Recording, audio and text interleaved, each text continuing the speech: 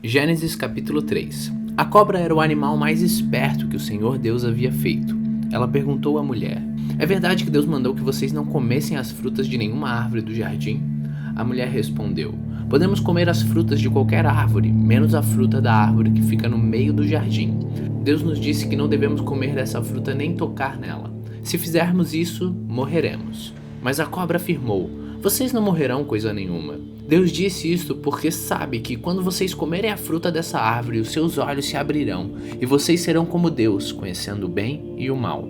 A mulher viu que a árvore era bonita e que as suas frutas eram boas de se comer, e ela pensou como seria bom ter entendimento.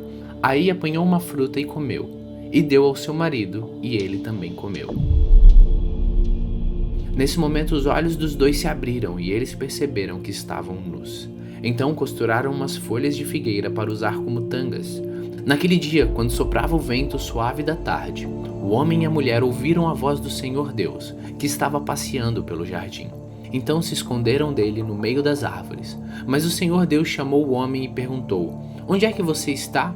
O homem respondeu: "Eu ouvi a tua voz quando estavas passeando pelo jardim e fiquei com medo porque estava nu, por isso me escondi." Aí Deus perguntou: "E quem foi que lhes disse que você estava nu? Por acaso você comeu a fruta da árvore que eu proibi de comer?" O homem disse: "A mulher que me deste para ser minha companheira me deu a fruta e eu comi." Então o Senhor Deus perguntou à mulher: "Por que você fez isso?" A mulher respondeu: "A cobra me enganou e eu comi."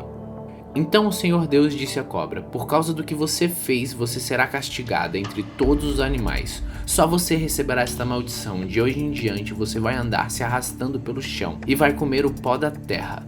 Eu farei com que você e a mulher sejam inimigas uma da outra, e assim também serão inimigas a sua descendência e a descendência dela. Esta esmagará a sua cabeça, e você picará o calcanhar da sua descendência." Para a mulher Deus disse: "Vou aumentar o seu sofrimento na gravidez e com muita dor você dará à luz a filhos. Apesar disso, você terá desejo de estar com seu marido e ele a dominará." Para Adão, Deus disse o seguinte: "Você fez o que sua mulher disse e comeu a fruta da árvore que eu proibi de comer. Por causa do que você fez, a terra será maldita. Você terá de trabalhar duramente a vida inteira a fim de que a terra produza alimento suficiente para você. Ela lhe dará mato e espinho e você terá que comer ervas do campo. Terá de trabalhar no pesado e suar para fazer com que a terra produza algum alimento. Isso até que você volte para a terra, pois dela você foi formado. Você foi feito da terra e vai virar terra outra vez." O homem pôs na sua mulher o nome de Eva, por ela ser a mãe de todos os seres humanos. E o Senhor Deus fez roupas de pele de animais para Adão e sua mulher se vestirem. Então o Senhor Deus disse o seguinte: "Agora o homem se tornou como um de nós, pois conhece o bem e o mal. Ele não deve comer a fruta da árvore da vida e viver para sempre." Por isso o Senhor Deus expulsou o homem do jardim do Éden e fez com que ele cultivasse a terra da qual havia sido formado. Deus expulsou o homem no lado leste do jardim e pôs os querubins e uma espada de fogo, que dava voltas em todas as direções. Deus fez isso para que ninguém chegasse perto da árvore da vida. Gênesis capítulo 4. Adão teve relações com Eva, sua mulher, e ela ficou grávida. E Eva deu à luz a um filho e disse: "Com a ajuda de Deus, o Senhor, tive um filho homem." E ela pôs nele o nome Caim. Depois teve outro filho chamado Abel, irmão de Caim. Abel era pastor de ovelhas e Caim era agricultor. O tempo passou. Um dia Caim pegou alguns produtos da terra e ofereceu a Deus, o Senhor. Abel, por sua vez, pegou o primeiro carneirinho nascido do seu rebanho, matou e ofereceu as melhores partes ao Senhor. O Senhor ficou contente com Abel e com a sua oferta, mas rejeitou Caim e a sua oferta. Caim ficou furioso e fechou a cara. Então o Senhor Deus disse: "Por que você está com raiva? Por que anda carrancudo? Se tivesse feito o que é certo, você estaria sorrindo. Mas você agiu mal, e por isso o pecado está na porta, à sua espera. Ele quer dominá-lo, mas você precisa vencê-lo." Aí Caim disse a Abel, seu irmão: "Vamos até o campo." Quando os dois estavam no campo, Caim atacou Abel, seu irmão, e o matou. Mais tarde o Senhor perguntou a Caim: "Onde está Abel, seu irmão?" "Não sei", respondeu Caim. "Por acaso eu sou o guarda do meu irmão?" Então Deus disse: "Por que você fez isso? Da terra o sangue do seu irmão está gritando, pedindo vingança. Por isso você será amaldiçoado e não poderá mais cultivar a terra, pois quando você matou seu irmão, a terra abriu a boca para beber o sangue dele. Quando você preparar a terra para plantar, ela não produzirá nada, você vai andar pelo mundo, sempre fugindo. Caim disse a Deus, o Senhor: eu não vou poder aguentar esse castigo tão pesado. Hoje tu está me expulsando desta terra. Terei de andar pelo mundo, sempre fugindo e me escondendo da tua presença. E qualquer pessoa que me encontrar vai querer me matar. Mas o Senhor respondeu: isso não vai acontecer, pois se alguém matar você, serão mortas 7 pessoas da família dele como vingança. Em seguida, o Senhor pôs um sinal em Caim, para que se alguém encontrasse, não o matasse. Então Caim saiu da presença do Senhor e foi morar na região de Nod, que fica a leste do Éden. Caim e sua mulher tiveram um filho e lhe deram o nome de Enoque. Mais tarde, Caim construiu uma cidade e a chamou de Enoque, o nome do seu filho. Enoque foi pai de Irade, que foi pai de Maljael, que foi pai de Matusael, que foi pai de Lameque. Lameque teve 2 mulheres, uma delas se chamava Ada e a outra Zilá. Ada teve um filho chamado Jabal, que foi antepassado dos que criam gado e vivem em barracas.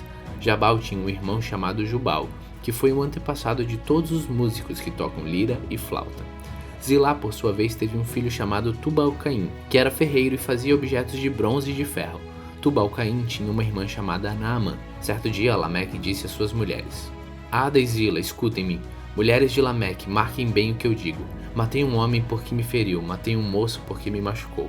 Se são mortas 7 pessoas para pagar a morte de Caim, então se alguém me matar, serão mortas 77 pessoas da família do assassino. Adão e sua mulher tiveram outro filho.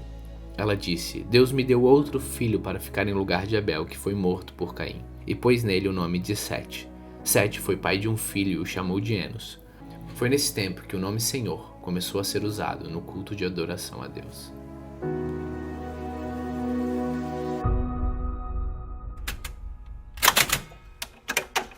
Salmos capítulo 2.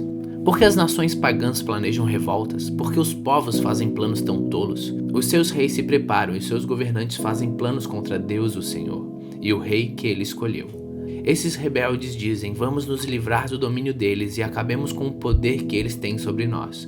Do seu trono lá no céu, o Senhor ri e zomba deles.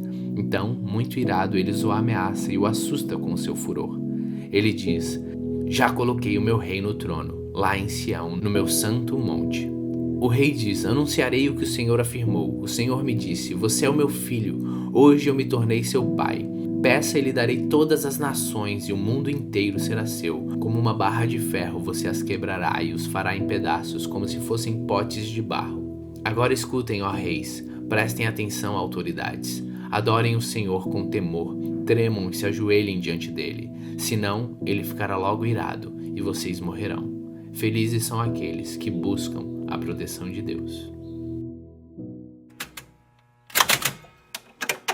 Mateus capítulo 3. Naquele tempo, João Batista foi para o deserto da Judéia e começou a pregar, dizendo: arrependam-se de todos os seus pecados, porque o reino do céu está perto. A respeito de João, o profeta Isaías tinha escrito o seguinte: alguém está gritando no deserto, preparem o caminho para o Senhor passar, abram estradas retas para ele. João usava uma roupa feita de pelos de camelo e um cinto de couro e comia gafanhotos e mel do mato. Os moradores de Jerusalém, da região da Judéia e de todos os lugares em volta do Rio Jordão iam ouvi-lo. Eles confessavam seus pecados e João batizava no Rio Jordão. Quando João viu que muitos fariseus e saduceus vinham para serem batizados por ele, disse: ninhada de cobras venenosas, quem disse que vocês escaparão do terrível castigo que Deus vai mandar? Façam coisas que mostrem que vocês se arrependeram dos seus pecados, e não digam uns aos outros: Abraão é o nosso antepassado, pois eu afirmo a vocês que até estas pedras Deus pode fazer descendente de Abraão. O machado está pronto para cortar a árvore pela raiz. Toda árvore que não dá frutas boas será cortada e jogada no fogo. Eu os batizo com água para mostrar que vocês se arrependeram dos seus pecados, mas aquele que virá depois de mim os batizará com Espírito Santo e fogo. Ele é mais importante que eu e eu não mereço a honra de carregar suas sandálias. Com a pá que eu tenho na mão, ele vai separar o trigo da palha, guardará o trigo no seu depósito, mas queimará a palha no fogo que nunca se apaga.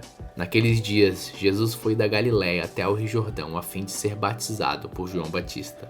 Mas João tentou convencê-lo a mudar de ideia, dizendo: eu é que preciso ser batizado por você, e você está querendo que eu o batize? Mas Jesus respondeu: deixe que seja assim agora, pois é dessa maneira que faremos tudo o que Deus quer. E João concordou. Logo que foi batizado, Jesus saiu da água, o céu se abriu e Jesus viu o Espírito de Deus descer como uma pomba e pousar sobre ele. Do céu veio uma voz que disse: Este é meu Filho amado, em quem me alegro. Mateus capítulo 4. Então o Espírito Santo levou Jesus ao deserto para ser tentado pelo diabo. Depois de passar 40 dias e 40 noites sem comer, Jesus estava com fome. Então o diabo chegou perto dele e disse: Se você é o Filho de Deus, mande que estas pedras virem pão. Jesus respondeu: As Escrituras Sagradas afirmam: o ser humano não vive só de pão, mas vive de tudo que Deus diz. Em seguida, o diabo levou Jesus até Jerusalém, a cidade santa, e o colocou no lugar mais alto do templo. Então disse: Se você é o Filho de Deus, jogue-se daqui, pois as Escrituras Sagradas afirmam: Deus mandará que os seus anjos cuidem de você. Eles vão segurá-lo com suas mãos, para que nem mesmo seus pés sejam feridos nas pedras. Jesus respondeu: Mas as Escrituras Sagradas também dizem: Não ponha à prova o Senhor teu Deus.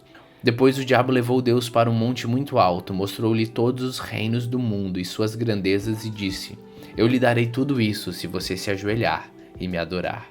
Jesus respondeu: Vá embora, Satanás. As Escrituras Sagradas afirmam: Adore o Senhor seu Deus e sirva somente a Ele.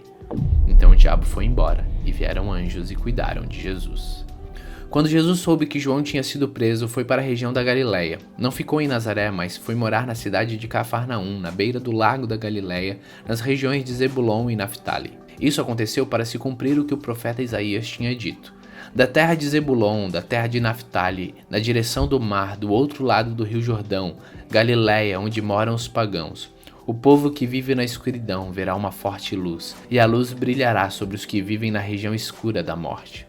Daí em diante, Jesus começou a anunciar sua mensagem. Ele dizia: Arrependam-se dos seus pecados, porque o reino do céu está perto. Jesus estava andando pela beira do lago da Galileia quando viu dois irmãos que eram pescadores, Simão, também chamado de Pedro, e André. Eles estavam no lago pescando com redes. Jesus lhes disse: Venham comigo, que eu ensinarei vocês a pescar gente.